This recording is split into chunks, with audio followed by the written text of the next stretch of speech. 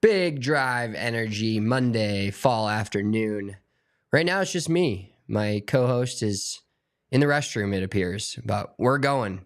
It's 4 p.m. Eastern. We're ready to rock here on Big Drive Energy. We're going to talk about the Solheim Cup. What a win for the United States of America.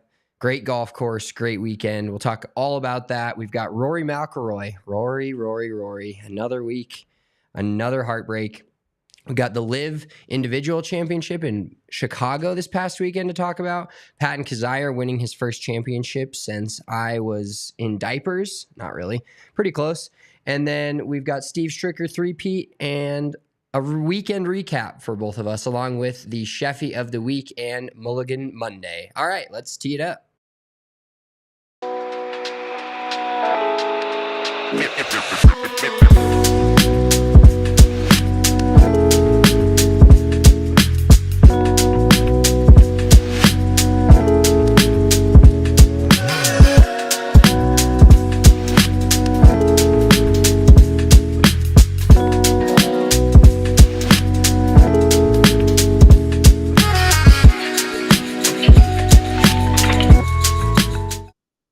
Big Drive Energy Monday. One half of us is here. I was going to start by asking, there we go. He's back. Oh, what's up? Back and never better. What's up, brother? How was your weekend? Let's start there. Because it was, we're week 2 of the NFL. We're it's fall here where I am. It's definitely fall mornings, cold in the morning. How was your weekend? I know we talked last Monday and you said you were going to go out and touch grass. You took that very literal, except for you were touching sand. So I want to hear how your weekend went. It was good, man. Like you said, Saturday morning, you were texting me saying I wasn't watching college football, calling me some choice names. And I was like, dude, I had to get out of the house. Like, I can't continue to abuse myself like this. We were home in time to watch the Iowa game, and Missy looked at me. She goes, "You're really going to do this to yourself?" Because I was just the emotional roller coaster of it all. But took a little nice morning, relaxed on the beach. I made the mistake. So I think this is probably the last weekend of the year with really nice beach weather. It was 75, sunny, perfect. But since it wasn't that warm, I was like, I won't need sunscreen on my calves or, I put sunscreen on my face and some on my chest, but I have a very hairy chest. So I figured that would just cover it up. I wouldn't get burnt. Yeah. Let's talk about that real quick. Just a quick story. I went to college and you didn't have hair on your chest, and I came home the end of first semester and you had a fully hairy chest. It was one of the most insane glow ups, depending upon how you look at it, that I've ever seen in my entire life. I didn't even know who you were. That's when I turned into a man, dude. I was 16, I guess. So I think I peaked then, honestly, as a physical being.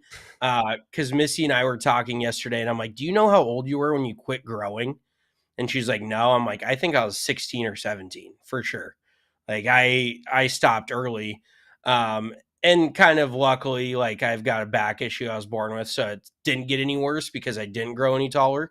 So that's a silver lining that I choose to look at. But I know that you grew pretty late. You were a late bloomer. Yeah, I grew 6 to 7 inches my freshman year of college. So right before I turned 18. Driver's license says 5'4" on it when I was 16, and then I now have eclipsed the 6 foot mark, which is great. Nobody can call me short. I love it. And you still have 3 strands of hair on your chest, just like when we were. I'm up to at least 12. You got a dozen that it's so weird. Just it's just right here. But anywho, I'm starting to get some hairs on my pecs a little bit. Oh, okay. Yeah, just these random ones. A little patchy, looking like a werewolf kind of thing. 100%. But went to the beach. It was super nice. Did get a little bit burnt. So that was dumb on my part. My legs felt like they were on fire. So that wasn't a good time. But then came home, watched some college football. Obviously, once again, Sundays for us are just self-abuse. Not something I would recommend. And it's just crazy. We'll get into a little football talk, Scotty Scheffler, the Sscheffty of the week here. But I could feel my heart rate even when the Bears got the ball with a minute and a half left last night. I was laying in bed. It was like 11:30. My girlfriend's passed out. I'm still sitting up watching football. And my heart rate got so high, like so excited to watch this last drive, just the possibility of what could happen. There's nothing better in football than a game-winning drive. I don't care if it's your team or anyone else's team, unless it's the Chiefs, then they I can was just going to say, except when it's the Chiefs doing it. Other than that, we're all gravy. Yeah, but my heart rate was just so high that I legitimately didn't fall asleep until 1 a.m. The game was over, and I needed a cool down period after the football game, just to like breathe, just to focus on some breathing. But I'm pretty convinced as well that Patrick Mahomes sold his soul to the devil, because what goes on in Kansas City, what goes on for that team is unlike. I've never seen a team, and they create their own opportunities. Don't get me wrong, but a team that gets bailed out, and bailed out's a loose term. I'm not 100% saying that it wasn't a pass interference, but every single mistake you make against them, they just fucking hammer it down your throat. And they did that yesterday to the Bengals. I was so pissed off that I just walked into the kitchen, wasn't even facing the TV. Butker had a 53 yarder, and I'm like, it's easy money. And another, I'll let you tell me what you think about the Chiefs, but then I also want to talk about these long field goals. I want to talk about these kickers, because this shit is crazy to me. Yeah, I mean, it's a matter like it's not what it used to be, where a 50-yarder was a long field goal. Now it's just like it's easy for the field goal kickers, and the kickoff scenario is also boring as fuck now in the NFL. I'm not a big fan of it. No, I mean, it's fucking terrible. And then, uh, you know, the fact that you can't just pull a surprise onside kick, I think is the worst element of the entire thing. Like, sure, line up, however, but the fact that you can't, there's no element of surprise involved. Obviously, they're looking out for head injuries, this and that. But the football I grew up on, I don't give a fuck. Like, it sounds bad, but special teams was the most electric, just ludicrous, run it down, somebody sprinting 80 yards with a full head of steam right into your face. That some of the most electric plays in all of football happen on the kickoff, and they've basically completely neutralized that. And then Sean Payton, I'm still just in disbelief, but the fact that you don't even decide to try an onside kick, you kick two sad fucking field goals, just as sad as it gets. You're down 2 scores. We're down fully 2 scores. So you kick a field goal to keep us down 2 scores. You kick another field goal that means nothing. We're still down two. We were down 2 scores. Now we're down 1 score. But it was just the most asinine Broncos game in general. Like, we can talk about other football, because that was like the worst fucking game on the slate. I legitimately had the Broncos audio. We were triple boxing it. Shout out YouTube TV. Shout out your YouTube TV. Yeah, you're Thank welcome you for that login. Yeah, that is probably the clutchest login I've ever received. Like, I don't give a fuck about Hulu. I don't give Paramount Plus. I don't care. YouTube TV with the triple quad box. Clutchest thing I've been a part of. But I actually flipped the audio off the Broncos game, and Missy goes, "You don't want to listen to that?" I'm like, "No, they're dog ass." And she just goes, "Okay," and flips the audio to Chargers Raiders. Or I'm sorry, Chargers. Who the fuck? Panthers. God, I just get into such like a lather during football days, like sensory overload, especially during the witching hour when all the games are in the late in the fourth quarter, and you're like looking over here, looking over here. There's so much shit happening, but just always an electric Sunday. I feel like I played. Like, I need a rest day after that Sunday. Like, my girlfriend's like laying back on the couch, like relaxing. I'm like sitting up in that meme where you're sitting on the edge of your seat, like in the alert position. Yeah. I'm just alert all Sunday. Yeah, dude, I think it's the first Sunday in maybe NFL history, I want to say, that I heard that the two back-to-back weeks, 1 and 2, the biggest favorites in the NFL lost both weeks. So I know a lot of people's survivor pools are in shambles. We went 3-3, 3 wins, 3 losses on our pick six this week. We both had some dialed in things, then we changed them, then we went back to our original picks. But let's go ahead and give out the Sscheffty of the week. So no one got arrested this week, unfortunately. So our Sscheffty of the week goes back to our original plan for this, and we'll give this to the most dominant performance. And I think, unfortunately, going forward this year, I think the Sscheffty of the week is going to go to an opposing running back or wide receiver that I'm playing against in fantasy in most of my leagues. And this week that goes to Alvin Kamara. He had 20 carries for 115 yards and 3 TDs on the ground, 2 catches, 65 yards, and a TD receiving. 2 of 2 on weeks of the Sscheffty of the week, domination-wise, being against my fantasy team. Like last week it was Saquon and I was out of it. This week it's Kamara and I'm out of it. I have I think my best fantasy football team maybe is 2-0, the league that I don't care about at all, of course. There's no money in the game. And then the most expensive leagues I'm in, I'm just 0-2, getting plowed by guys like Alvin Kamara. And the Saints, man, holy cow.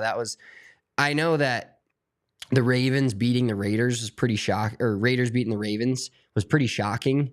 But I think the way that the Saints beat the Cowboys was pretty much unbelievable. And Derek Carr, they've scored 15 times on 15 drives this year.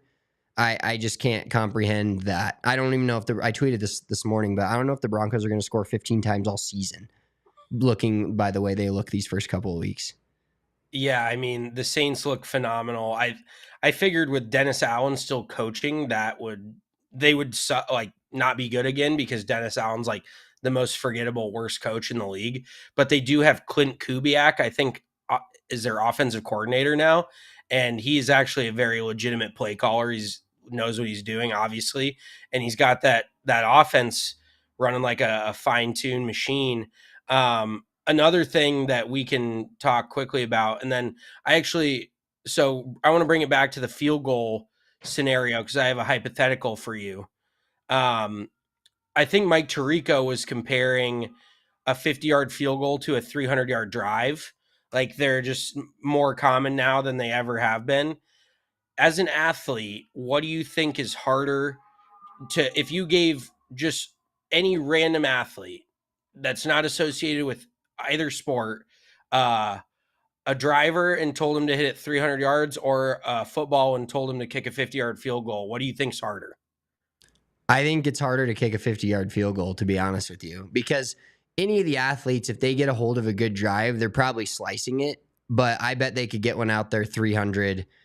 Thinking about it at sea level, obviously a little bit tougher, but I know I've seen a lot of drunk kids on College game day try to kick a 30-yard field goal, and it's a bad scene. So I personally, I remember I used to want to be a kicker when I was a kid, and didn't work out for me. I'd go to the fucking middle school and kick some field goals, but like, unless you've played soccer and understand what it's like to actually like kick a ball, and then you're making it a football, obviously, versus a round ball, I think it's goddamn near impossible. Like, I think even kids that play soccer would have a tough time kicking a 50-yard field goal. More or less, just an athlete in general. I think kicking a 50-yard field goal is tougher.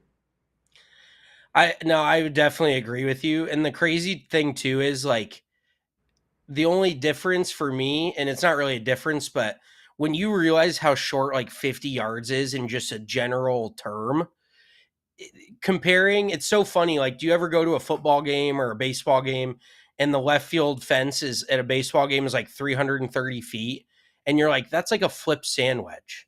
But when a dude hits a baseball that hard, you're like, holy shit, he just hit that into a different stratosphere.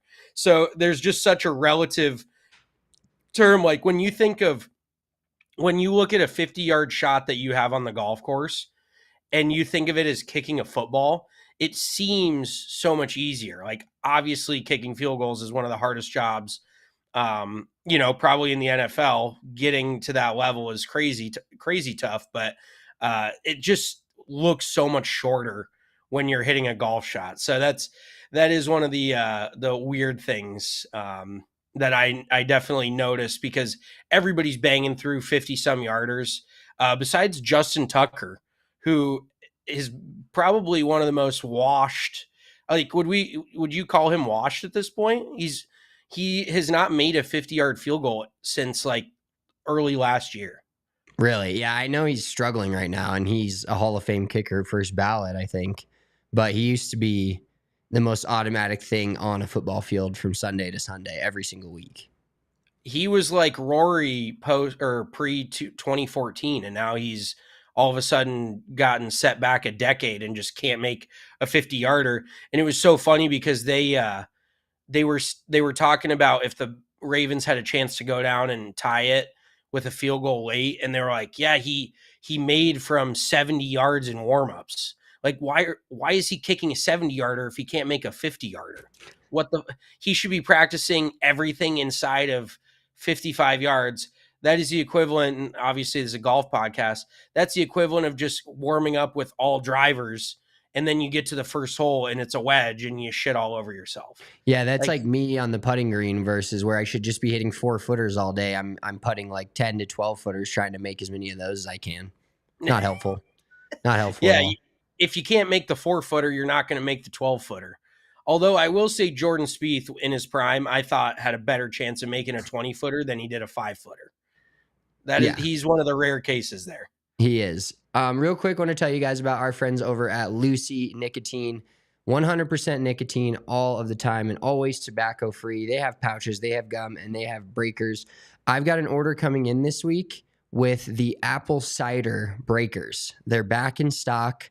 I've tried the berry citrus. Now I'm going to try the apple cider breakers this coming week. So very excited to try that. Maybe I'll wait till our next show, depending upon when they come in. We'll see if I can get myself to wait long enough. But right now I'm rocking the Wintergreen 4s. Lucy's incredible product.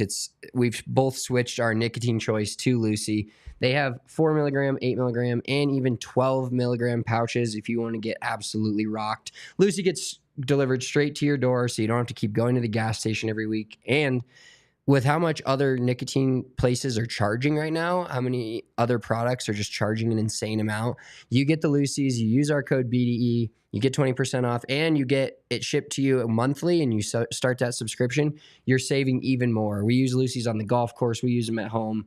Mitchell uses them while he's sleeping. It's just an all-time thing on Lucy. So level up your nicotine routine with Lucy. Go to lucy.co/BDE.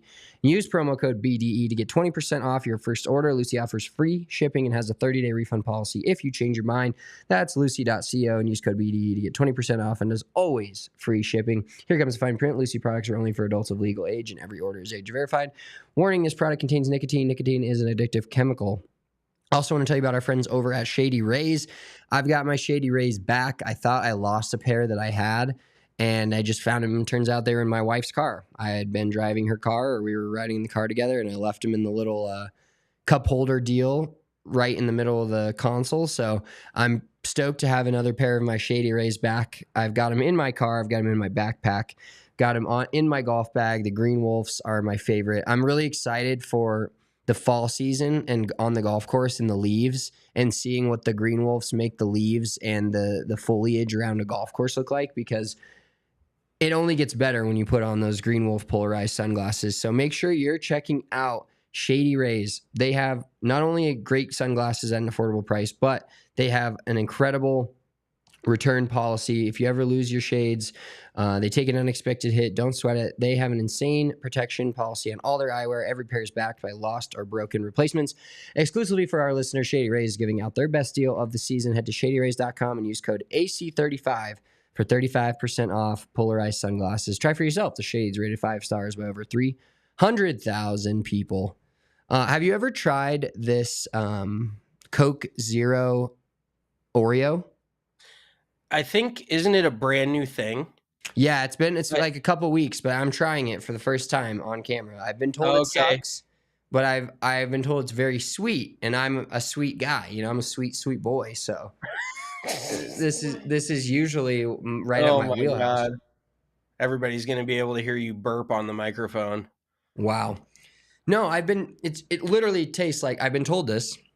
Now I can attest to it. It tastes like they dropped an Oreo in the middle of a Coke. And the first time I saw it in the store, I thought it was like a sponsored deal. You know how like other people have sponsored Coke where it's like Yeah. Avengers or whatever Coke. I thought that's what this was. I was like, that's kind of weird. Oreo's making a Coke and it's actually Oreo flavored Coke, and I'm all the way in. Speaking of what things taste like, since it is fall, I think fall officially starts next week. The actual season starts in a week. Uh, what, or maybe this weekend, this upcoming weekend, what is your favorite fall thing to get? Like, is it coffee? Is it, because I was just at Trader Joe's earlier, and I'll get into this later on my on Mulligan Monday, but I went and shot hoops, and then I went and hit golf balls all in one day, and my back is just in a bad fucking way. I pulled a similar to you. I was turning my steering wheel and like tweaked my shoulder. I'm like, what the fuck? It's am I 29 years old or am I 79? Like it just feels like I'm breaking down. But I did stop at Trader Joe's after, and they have so much fall shit. Like it's so hard to not just go crazy. But I did get some pumpkin muffin mix. Like pumpkin muffins are the fucking top tier. I could even make like a little cream cheese frosting, but I don't need to be that fucking over the top. I'll just eat my pumpkin muffins like the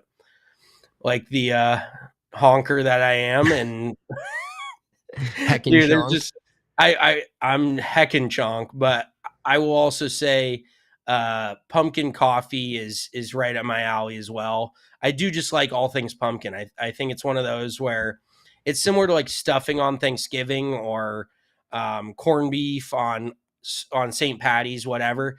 They're things that I just wish were a regular thing, but maybe it's good that you only have them in limited quantities, so then you just think that they're the best. Like you can't wear them out.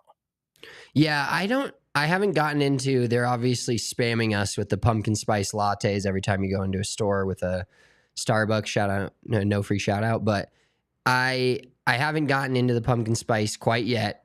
I'm sure I'll get there at some point. I think my favorite pumpkin really fall related food is pumpkin pie, which just feels wrong to eat during the summer, but right out when it hits fall. And honestly, for fall, it's not even about the food, it's just the vibe is so good. Like when you walk outside and it's kind of like chilly afternoon, playing golf in the fall. I still remember to this day, we were at DCC playing golf and it was like October and the leaves were changing. We were in the like it was a peak day, an Yeah, absolute peak afternoon. Afternoon golf in like late September, early October is the biggest vibe you'll ever find in your life. So 100%.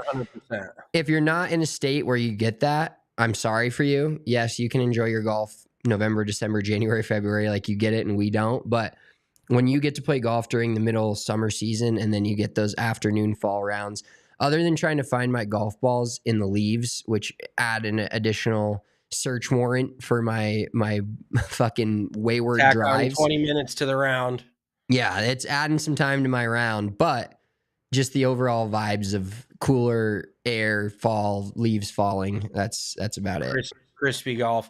One other thing I got to add on the food side of things, and I feel like is very much a fall thing, and it's definitely a callback to our childhood. I don't know when the last time you had it was, but I've been making acorn squash lately, and that shit is what is that face like? No, I'm thinking back You're to fucking like you're poo pooing me here, giving me you're no, kind of I giving wasn't. me like, oh my God, what is up with this guy? Like, am I that basic? But dude, acorn squash is the best. You don't remember eating that when we were kids?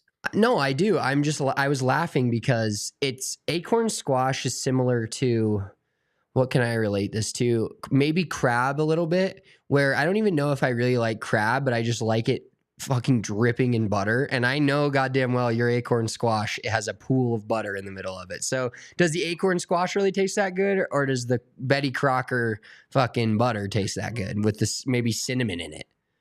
No, brown sugar. You Brown throw a little, sugar. Okay. yeah, Yeah. Make throw a my little point. brown sugar in there, Make little my butter, point. dude. But it is such a good vehicle for the butter brown sugar scenario. Like it is. Dude, this When Oreo Coke is slapping. This is so good. I'm poo pooing anyone that said that this tastes like shit.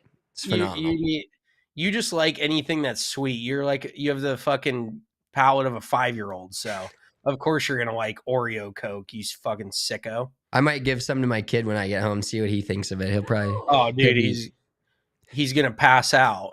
he's gonna hit the floor. It's just gonna fucking change his life.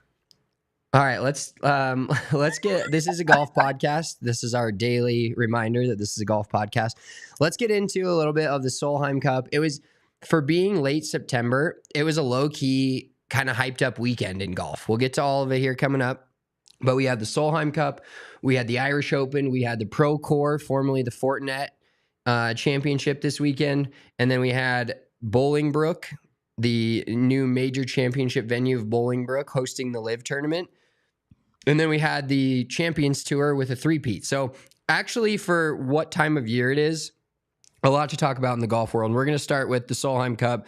So the first United States win since 2017 in Des Moines, Iowa. That's the last time the United States won the Solheim Cup. Although I will say, this is kind of, I don't ever enjoy this in sports, and I'm not a hater on soccer. Like, I understand how big soccer is in the world, but I can't comprehend a sport, and I can feel Emma's eyes going right. I was going to say, I know Emma's a soccer girl, so Emma's I'm sure head like went sideways from the computers, and I could feel it in my periffs. But I can't get behind a sport where you can end in a tie and just walk away from the field. I do not like that ever, and that relates back to the 2023 Solheim Cup was a tie, but since the Europeans already had it from 2021, they got to retain it. Yeah, like there's they got to retain it. They got to retain it. I learned my English at Elizabeth High School. But yeah, I'm not a big fan of a tie, especially in a Solheim Cup where you play 3 days and all these rounds of golf. Nonetheless, United States won 15.5 to 12.5. Their top point scorer, Rose Zhang. I've got a few stats for you here. So, a couple things from Rose Zhang's weekend, which, shout out Rose Zhang. She didn't hit the gold medal bet for me back in the Olympics, but that's okay. I'll forgive her. Rose Zhang led all players this week by winning 28 holes while only losing 8. That plus 20 win-loss differential is the most dominant of the last 10 years. The next best performance was Jessica Korda, who won 29 holes and lost 15 in 2019. So she only lost 8. She only lost 8 holes, won 28, and obviously tied the rest of them. Good old match play. But she was caught. Did you see the picture of her yesterday? Where was it? Oh, yeah. Did you see the picture of her yesterday on the golf course on 15? Which one? So she was sitting next to the 15th green, and she jokingly said she wanted to hang out and watch 15, 16, 17, 18 because she hadn't been there all week. None of her matches has gotten to that point all week. Oh, my God. That's legendary. Yeah, she was dominant. Nelly Korda got owned by Charley Hull in the singles, which was like, Charley Hull's just got that kind of grit about her. It's hard to explain, but Nelly definitely doesn't have that killer instinct, I feel like Charley does.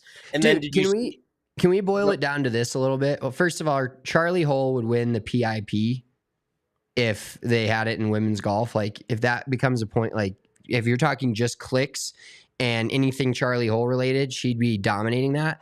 But can we just agree in general that when it comes to the game of golf, Europeans just have more grit, especially in match play, and more dog in them in match play than Americans do? Women, men, doesn't matter. I just feel like the Europeans have that like gamer when it comes to golf. Yeah, I definitely think that them growing up in the environment that they did, like playing a lot of match play as kids and not playing a lot of tournament rounds like a lot of the juniors in America do.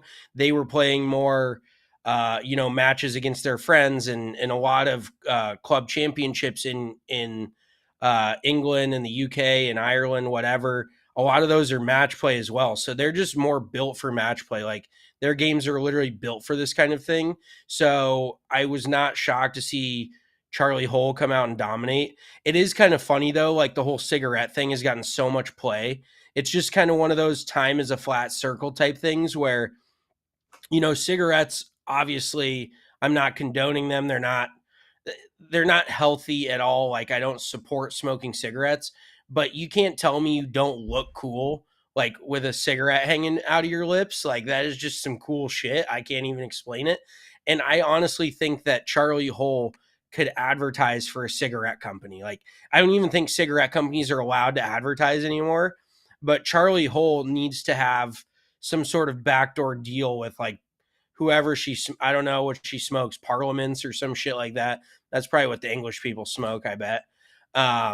But Well, you know, whatever company that she smoked, like, is hoping that somebody catches her with the actual pack, because that will blow up if that's the case.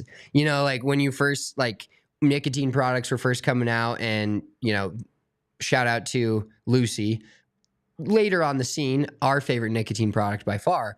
But there's certain brands that just got views from one player using them or one person. If whatever cigarette brand she smokes, somebody needs to figure that out and catch her just like opening the pack, because that'd be the best business plan that place could have. Just unintentional marketing. 1000%. Well, and the funniest part too was she's literally strolling down the fairway, smoking a cigarette and drinking a Pepsi like she's John Daly. Could you think of two people further apart in physique than Charley Hull and John Daly? Like, Hey, they both have pretty good blonde hair. I will say the lettuce is pretty good on both of them, but that's kind of where it ends. I'm pretty sure John Daly probably weighs 3 times what Charley Hull does, but it just goes to show you, no matter what you weigh, no matter who you are, you can drink a soda and smoke a cigarette. Like nobody's above that shit. If Charley Hull isn't above that, nobody else is above it. And I would go as far to say that maybe the cigarette put her game over the top. Like maybe Nelly Korda, you know, Nelly seems a little innocent. She probably doesn't, she comes from a very athletic family where they're all just like athletic robots. She probably saw Charley Hull smoking a cigarette and started like quaking in her boots. Like she was about to like get in a bar fight or some shit. Yeah. But I will say too, the cigarette thing got a little too much play because even Nelly made a joke. She commented on Charley's Instagram, and it was kind of buddy afterwards. Like Nelly, they were sitting next to each other after Nelly just got beat by Charley, and she was showing Charley the graphic that Golf Digest put out about Nelly beating Charley, or I'm sorry, Charley beating Nelly. And then Nelly dropped a comment on the Instagram post and said, haha, good match. You smoked me, quote unquote. I'm like, oh, Jesus Christ. Like like, let's just let it be cool. You don't need to make cigarette jokes all the time. Just let her look like a badass doing it and let it happen. But I will even say back in the DP World Tour days and still now, I mean, in the modern day golf, a lot of the players on the DP World Tour from Europe, I mean, cigarettes are still a lot more popular over there. And it's just so funny when the broadcast will like purposely, they'll see like a Nicholas Colsaerts or somebody light up a cigarette and just immediately rip away from them in the broadcast. Like they don't want to show it, but it's just so funny when you see somebody sparking one up in the camera acts like they're pulling their pants down. They're like, oh my God, we can't show this. It's like just a fucking cigarette. There was an instance like that last night. We'll go back to the Solheim Cup here in a sec. There is an instance like that last night in the Sunday night football game. CJ Stroud was digging for gold in his nose, and they ripped the camera right away from him. They were showing him, and he just starts. He kind of gave a quick pick on one side, and then went the full 2 fingers in, and then went back to the left, and they just moved the camera away real quick. As long as he doesn't pop it in his mouth, then I'm fine with that. I still think that is the most unbelievable behavior I've ever seen from anyone, and I can't completely fathom the sickness that a grown adult has to stick their fingers in their nose and then put it in their mouth. I have the goosebumps right now thinking about how fucking disgusting that is. Real quick, before we talk more about people sticking their fingers in their mouth, I want to tell you guys about our friends over at Rugged Road. Rugged Road Outdoors has the best coolers in the game. We used them this past weekend for our Broncos tailgate. They kept ice in them way longer than our troughs or anything else that we had. Rugged Road has extremely light coolers that also float. If you're ever going camping near the water, make sure to get yourself a Rugged Road cooler because they float. upright. You're never going to lose a drink again. Extremely lightweight design. I can carry 2 at once. I'm not a very strong man, and I can carry 2 of them very easily. So gear up for your next adventure with Rugged Road coolers. Reliable, durable, and built to be used. Rugged Road is your ultimate outdoor companion. Head to ruggedroadoutdoors.com and use code ALLCITY for 10% off. All right, one more thing I want to talk about for the Solheim Cup. Dominant performance by the USA. Another blemish in the professional golf world with the Fire Fest that was parking and shuttling to the games or to the event. There's a picture here. Beth Ann Nichols tweeted it. She's at Golf Week Nichols, and it's Lexi Thompson on the tee to rev up the fans that did make it in the gates. Eventually, this place will be rocking, but how many fans will say never again? People waited hours for a shuttle yesterday after opening ceremonies. So we've been to enough golf events. We've talked about our issues with the shuttle and the mess that was the waste management. Another missed opportunity from a golf course and just screwing over their fans. There were so many people that missed so many shots, like a lot of little kids sitting waiting in line for hours for a shuttle. It said here, so this is from a Yahoo Sports article. The LPGA has apologized after logistical issues left attendees waiting hours for a parking shuttle to transport them to the Solheim Cup. Frustrated fans were faced with hours-long wait time in order to catch a bus that would take them from parking to the golf course. Apparently, they were parking at Jiffy Lube Live, which is a concert venue close to the golf course. And Gainesville, Virginia, big L on their part. Attendees reported waiting in line for hours over a mile long. Many fans, despite arriving to the park more than an hour before the first 7:05 tee time, didn't get to the course until 9 a.m. Just unfortunate from the LPGA Tour, especially for an event like this, where it's relatively, one of their largest events, if not the largest event in women's golf during the year, that they had. Like, the logistical issues behind these, I'm convinced that some places just have it and some places just don't. And there's no good way to, like, you talked about the Travelers, correct? The Travelers and how good it was. And they were set up to where you could park on site and make it super easy. And then you have places like this, like even Castle Pines for the BMW. Now, we were parked in a little bit different of a parking lot because we had the passes, but the shuttle service was phenomenal, dropped us off. There was a shuttle almost every 5 minutes, if that. Like, I feel like some places just try to skimp on their overhead costs, if you will, and don't get as many shuttles as they need to get. And then you have this many people pissed off. Like, and all you have to do when you're that big is just apologize. But it's just unfortunate that a ton of people missed the opening ceremony and the first tee shots, which in a Ryder Cup / Solheim Cup venue and competition, that's the best part. Yeah. Oh, 100%.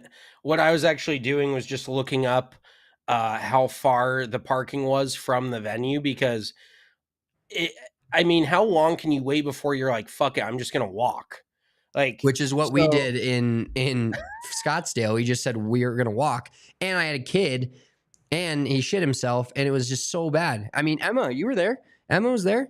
Yeah, she was hoofing it with us. Yeah, the first day I tried to get a shuttle and it took me, I think, an hour to actually get to where you guys were. So waiting and then actually taking the shuttle, full hour.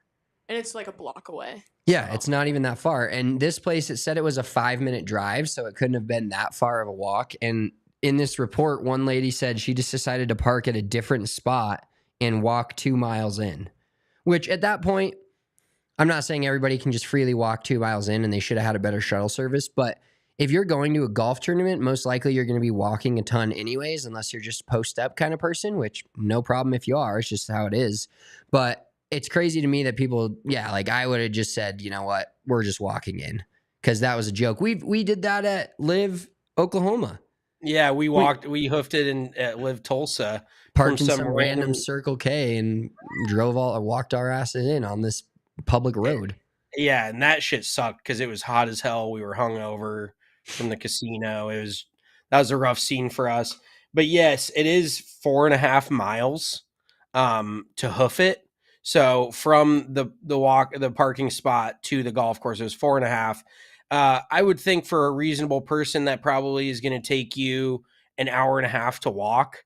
But if you've waited for 2 hours in line, after like a half hour, if nothing had moved, I would just start hoofing it. And then maybe I would call an Uber. You know, if you could go to like, there's a Target nearby, if you could just hop out, Uber from the Target to the golf course, that may be your best option. So I feel like the resourcefulness of the general public was definitely not there. But yes, they 100% dropped the ball on the logistics and a bad look. And then on top of it, I mean, we talk about it just sucks. Like, there's so many good things happening in golf right now, and obviously the game is growing. But from the broadcasting standpoint, there's so little to compliment. Like, broadcasting is like being an O lineman, because if you do your job and you show every shot, that's what's expected. Like, that shouldn't be revered. You shouldn't get a pat on the back for just showing the golf that you were paid to televise, you know? Like, that doesn't make any fucking sense. But then when you have too many advertisements and you have too much commercial time, that's when everybody takes to social media, tears you to shreds. And so Lexi Thompson's very last golf shot she hit probably we'll ever see like televised as a part of the LPGA Tour was on a playing through. So there's an advertisement playing on the side, and then there's Lexi Thompson hitting her final shot as an LPGA Tour player. So just, you know, same shit, different week, unfortunately. But overall, definitely an awesome event. I mean, the turnout was huge for all the ladies. So I think it was a very successful event. And congrats to the U.S. team. I mean, a lot of the girls were just dominant. Real quick, did you see that girl Megan Kang? Yeah, was she one of the ones that had her caddy take their shirt off?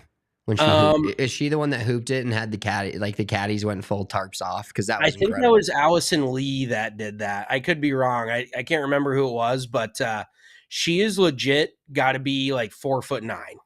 She is so small that her driver, I think it like goes up to her shoulder. I'm not kidding. It's fucking insane. Like it is legit almost as long as she is.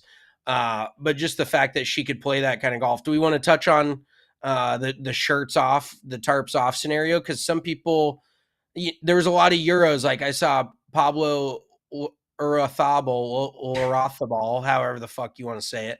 He was like, have some class, blah, blah, blah. Respect the game we all love. It's like, it's just get over it, man. And I guess this is why the USA gets so hated on by, you know, all the Europeans, because they have all the class and they just think everyone from America is like white trash like that. But I had no problem with it. I thought it was a hilarious move.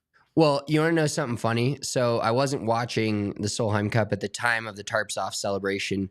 All I saw was the tweet that showed one of the chicks hitting, and it said tarps off seems like a crazy golf celebration. So I thought it went full, you know, spring break mode, and these chicks were doing it. And so I obviously clicked the video, and then I realized it was the caddies, and it wasn't as exciting. But yeah, well, I mean, I honestly thought the exact same shit when I saw it. I'm like, wait, one of the chicks popped their shirt off? Like, what the fuck is going on out here? This is complete mayhem. I was like, I usually get a content warning for this on Twitter if I'm about to open it.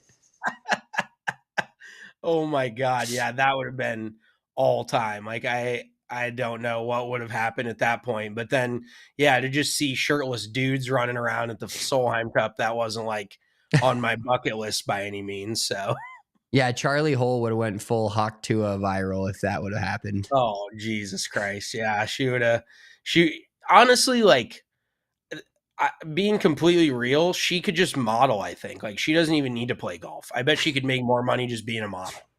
Yeah, you're probably not wrong there.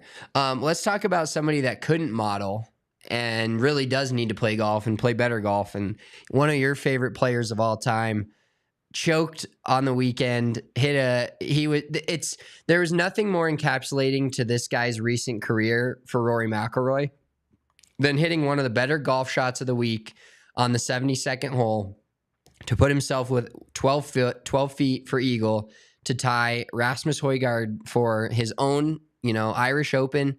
That's where he's from. That's his hometown, home game. Hits the greatest shot, one of the greatest shots of all time in complete Rory fashion, and then lips out the putt. So adding another near miss to his career of the 2022 Open Championship, and of course, much more recent, the 2024 U.S. Open by 3-whacking it from 3 feet. Yeah, I mean, absolutely absurd. And then I think on 17 is what set him up to basically lose the tournament. He had 30 feet. He putted it off the green. Is this what you're talking about? Or did he 3-putt 18 as well? No, on 18, he hit it to 10 feet to make eagle. He Yeah. needed the eagle to get in the playoff, and then he lipped that out. So he missed one. He was back by one shot. But I'm sure there's another scenario that you said, and then there was also one that you tweeted. Did you see the video quality on that? You gotta look at that before. That was the grainiest shit I've ever seen in my life. Maybe it was my Wi-Fi when I looked at it. No, I tweeted it because I knew it was like a figurine of Rory. It wasn't. It is Rory, but Oh, I could tell it was Rory. And so I just tweeted it because he was putting it back and forth. But yeah, it was dog shit video quality. Not everything needs to be in 4K. You can just see a golfer hitting it back and forth by the hole. But yeah, Rory, I think he borderline needs a full reset on his game. And he even talked about it last year in Full Swing. They caught him after the US Open where he failed to win again. And he goes, I don't know if I just need a full swing change, a full reset. And it's obviously not his long game. It's not necessarily his ball striking that's putting him in these spots. It's just maybe Rory needs to go to a wand. Like maybe Rory needs to go to a long putter, completely reset himself on the putting vibes, because his putter has held him back from winning so many events in the last decade, if not more than that, past that. But we've talked about it. He hasn't won a major in a decade plus. He can't make a clutch putt when it matters. He can't even 2-putt when it matters. And I did see him hit another putt similar to the one at the US Open this year, where he missed like a 4-footer. He hit it like up. He hit the top half of the ball.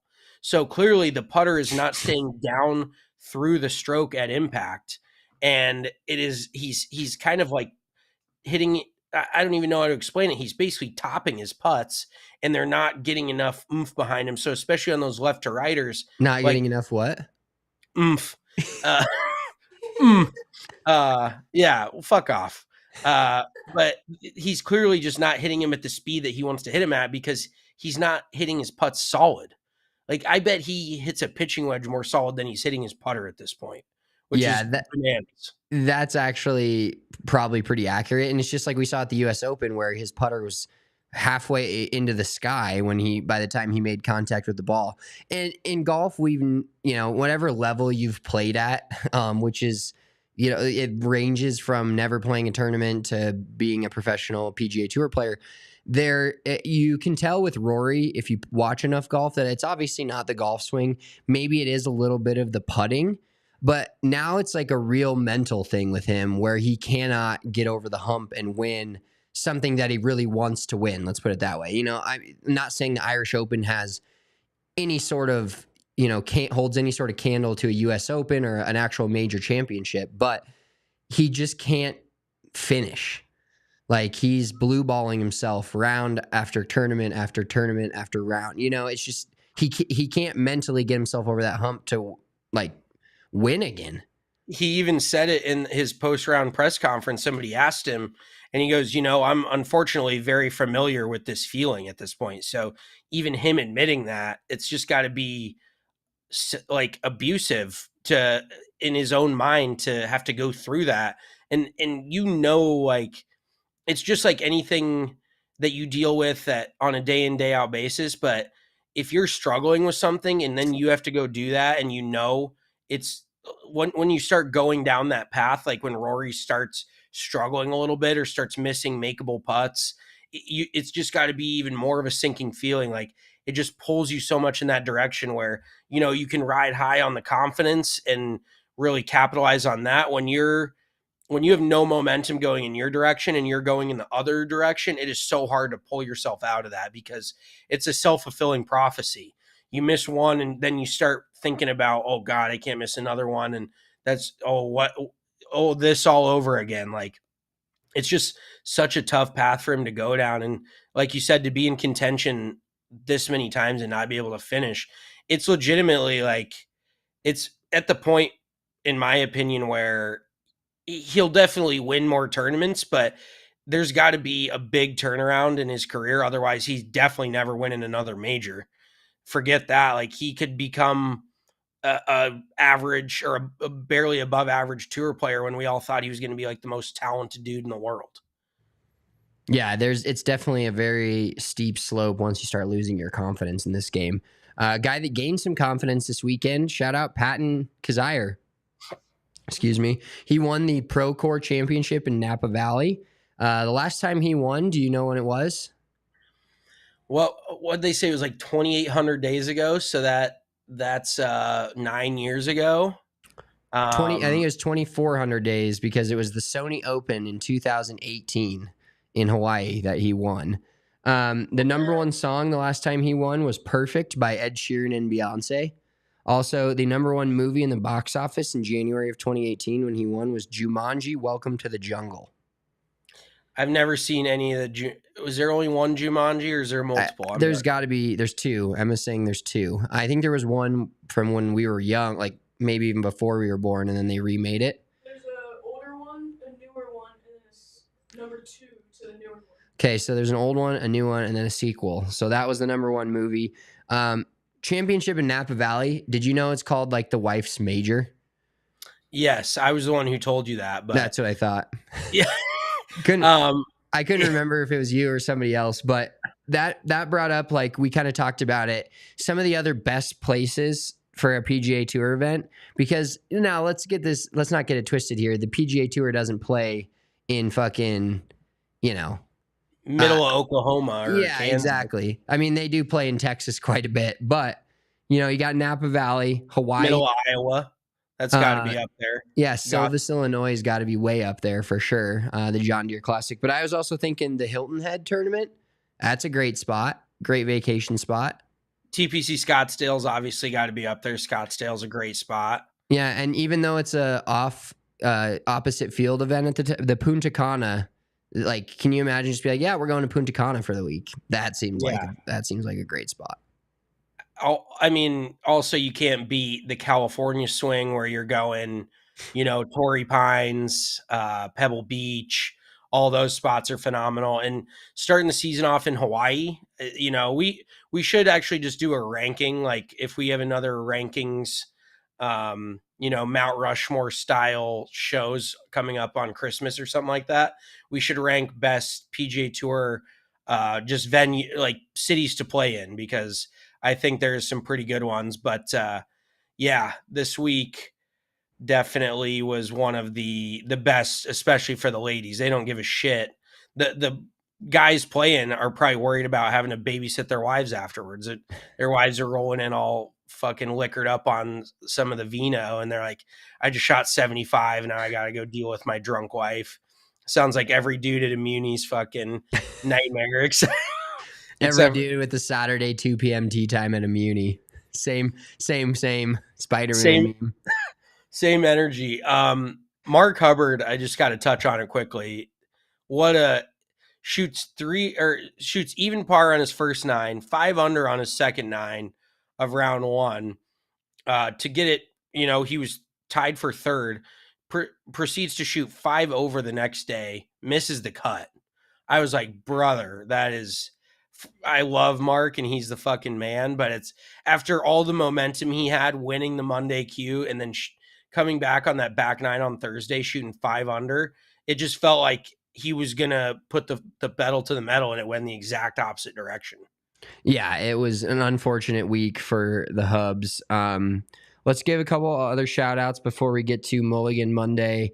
Steve Stricker, Sanford International, Three-Peat.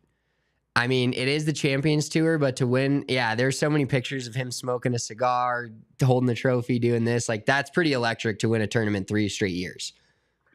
Yeah, I mean, could you imagine? It's similar to the Charley Hull, John Daly. Steve Stricker and Michael Jordan are so on the opposite ends of just being a human being. But Steve Stricker is still one of the... I remember loving watching him play golf when I was growing up. He was still really good. Obviously, he's still good into his 50s, but he was still very good into his late 30s into his 40s. Dude's just a machine. He's one of the best like iron ball strikers I've ever seen. So yeah, whenever Strick wins, he's a big Wisconsin guy. I hope he has shaved his head though, because you remember what his hair used to look like. It was similar to the Zach Johnson, where looks fine with a hat on, then he pops off the hat, and he just has one little tuft of hair right in the middle of his head and nothing else other than that. Like, brother in Christ, it's 2024. You gotta take it all the way home or get hair plugs. I don't care what you do, just you can't be looking like that. It's not the 90s anymore. Yeah, exactly. You can't be getting away with that anymore. One last shout out, John Rahm.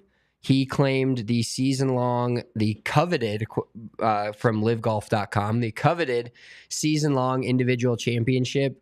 In 12 events, he got top 10 in all 12.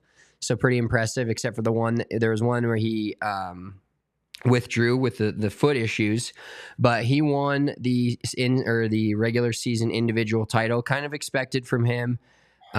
He played bogey-free for the last 38 holes, and he only had one bogey this entire week at the grueling Bolingbrook Country Club. Now, real quick, I've got Bryson DeChambeau had a quote after the championship at Bolingbrook, which got a lot of hate. Kind of wish could have been in Chicago this week to watch it, but Bryson DeChambeau on Live Chicago venue, Bolingbrook GC, quote, "This golf course played close to a major championship test. I'd love to come back here." And this is the best part about Twitter is the replies. Obviously, the first one, my buddies and I say the same thing after we play Bolingbrook, and I'll play like shit. And then the next one, come on, man, not even the best course in Bolingbrook. Holy shit. Yeah, that's talk about just a panic, like we don't have anywhere to do this tournament. Where can we do this thing? Just insane. I don't know how they chose rural Illinois of all the places, but yeah, John Rahm, congrats to him. I think he made over like $20 million again this season, if not more than that, maybe closer to 30. So I'm not exactly sure if it counts towards if he gets that money or if it counts towards the contract that he got guaranteed or whatever. But needless to say, John Rahm is not short on money. I think he's got a few dollars in the bank. No, he's got his money right. All right, let's get into our Mulligan Monday. So Mulligan Monday, if you haven't heard before, something that happens to us in the week where we wish we could go back and get a mulligan, a breakfast ball, a redo. Do you want to start us off or you want me to start us off this week? I've got a couple. I have a couple in the chamber. I'll save them, but I definitely have a good one this week. Well, I'll roll real quick. So you already know I'm a psycho. You think I'm a complete weirdo. I sleep with an AirPod in. I go to bed listening to like a podcast or whatever. It helps me fall asleep. So I have an AirPod in. A lot of times they run out of battery in the middle of the night. If I have to get up and go pee or whatever, I'll switch the AirPods out. So it's like 2 a.m.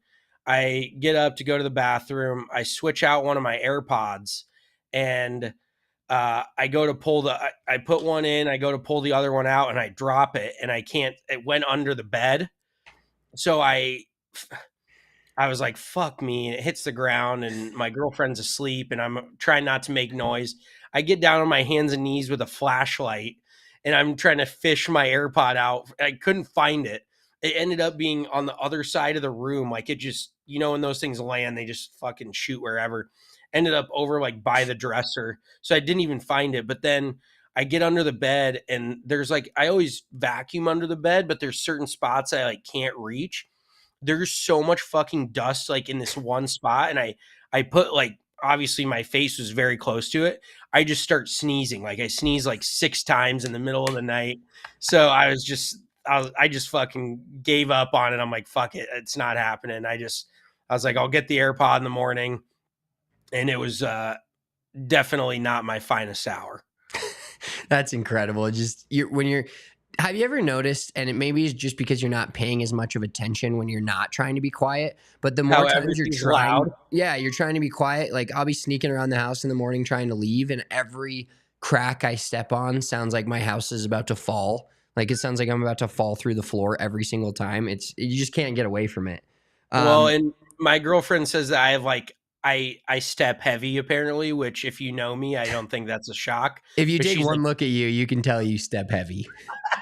You're yeah, let's not just say, fleet of foot by any yeah, means. I'm not light on my feet. Let's put it that way. So she's like, whenever you're walking anywhere, I know where the fuck you're going. Like, probably grandma in the apartment below us knows where I'm going to.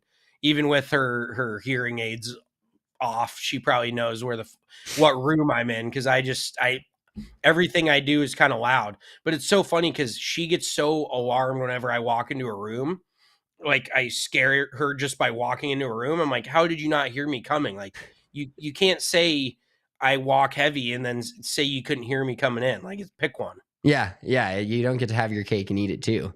All right, my mulligan of the week. So I went and hit range balls. We're preparing for our trip to Wisconsin. I haven't played a ton of golf, so I'm going to try to ramp that up the next couple of days. I went to hit range balls last Wednesday, and I got my sick new pins and aces bag. Really comfortable, really nice. But as I was walking up to the range, it was kind of squeaking. And I have I have a lot of the bag tags. Like, I got a Cog Hill one, and they're really loud, but I like the way they look. Country Club Snob would hate me, but I like them. And I got you that one arrow. It's like a metal arrowhead from that play. What is it called up in Coeur d'Alene, Idaho? Raven something, right? Circling Raven. Circling Raven. That place is dope. Yeah, so I have that. I got one at Cog Hill. I have one from Whistling Straits. Got a few of those cool bag tags that I like. So they're pretty loud, but my bag was like squeaking as I'm walking up to the range. I'm like, God damn, this is annoying. So I reach back and I'm like messing with the button. I push it. The strap comes off and my full bag drops upside down, all my clubs out on the sidewalk.